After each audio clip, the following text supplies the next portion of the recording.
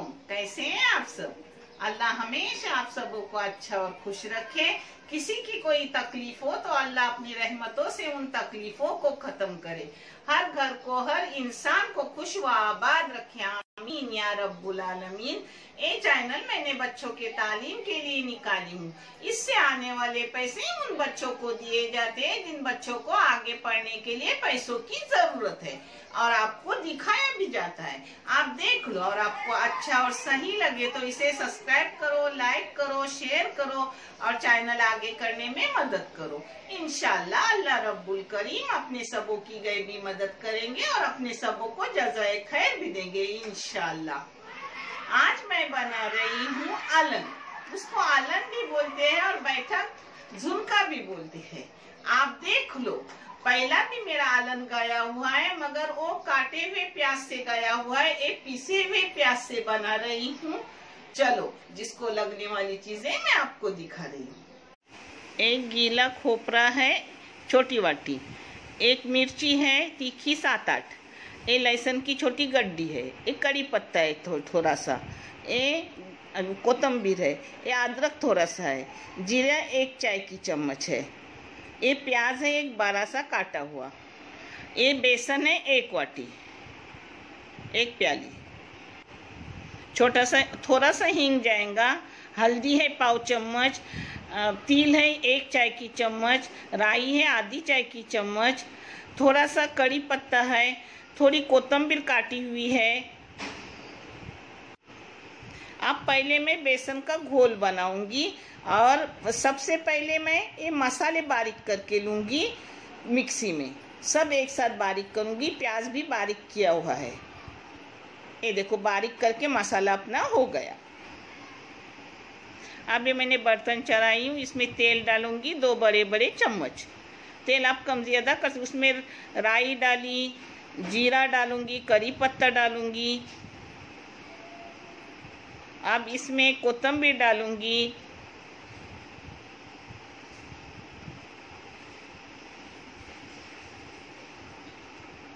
तिल भी डाल दी।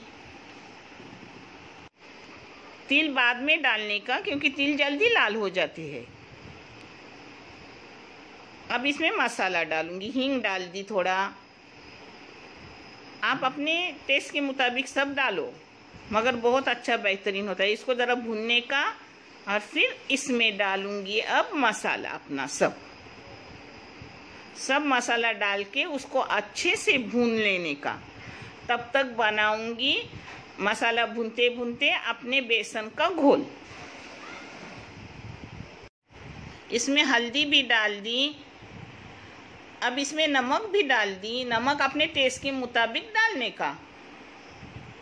इसको अच्छे से भून रही हूँ और भूनते भूनते ही घोल कर रही हूँ।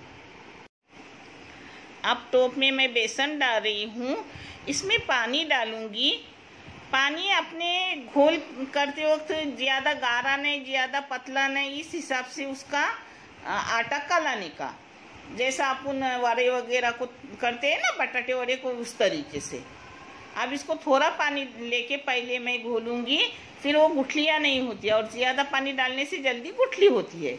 अब इसको एकजा करूंगी, फिर बाकी का पानी डालूंगी। इसको मैंने अच्छे से काला के लिए अब इसमें पानी डालूंगी। और ऐसा अपने वड़ा पाव तलते हैं ना, वड़ा तलते उस तरीके से उससे भी थोड़ा पतला घोल करूंगी। फिर एक घोल मैं उसी मसाले में मिक्स करूंगी, मगर मसाला पहले मैं अच्छे से भून लूंगी। अच्छे से मैंने मसाला भून लिया। अब इसमें अपना घोल डाल रही हूँ, और घोल डालने के बाद उसको अच्छे से घोटने का और सूखा करने का। अब मैं आपको सूखा होने के बाद घोटते घोटते दिखाऊंगी, और उसको अपने किसी भी टाट वगैरह में डालने का और टुकड़े करने के, और वैसा ही खाने का। बहुत अच्छा है। बगैर तला हुआ हम लोग खाते हैं अल्हम्दुलिल्लाह। कच्चा बिल्कुल नहीं लगता, क्योंकि अपन अच्छे से पकाते हैं ना, तो बहुत अच्छा, बहुत बेहतरीन लगता है।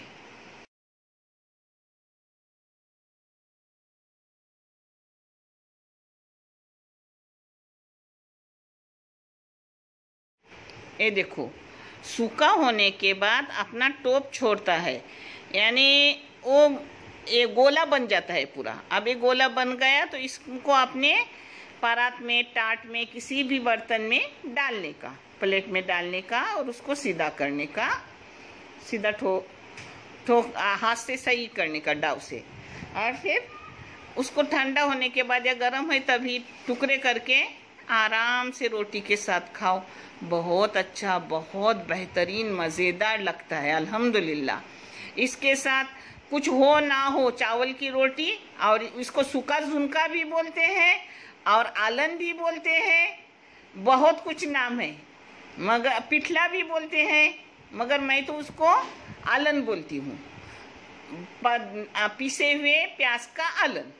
देखने के लिए बहुत सारा शुक्रिया, जज़ाए खैर। यही मैं अब ख़त्म कर रही हूँ, फिर टुकड़े करूँगी। आप भी ज़रा ठंडा होने के बाद टुकड़े करो।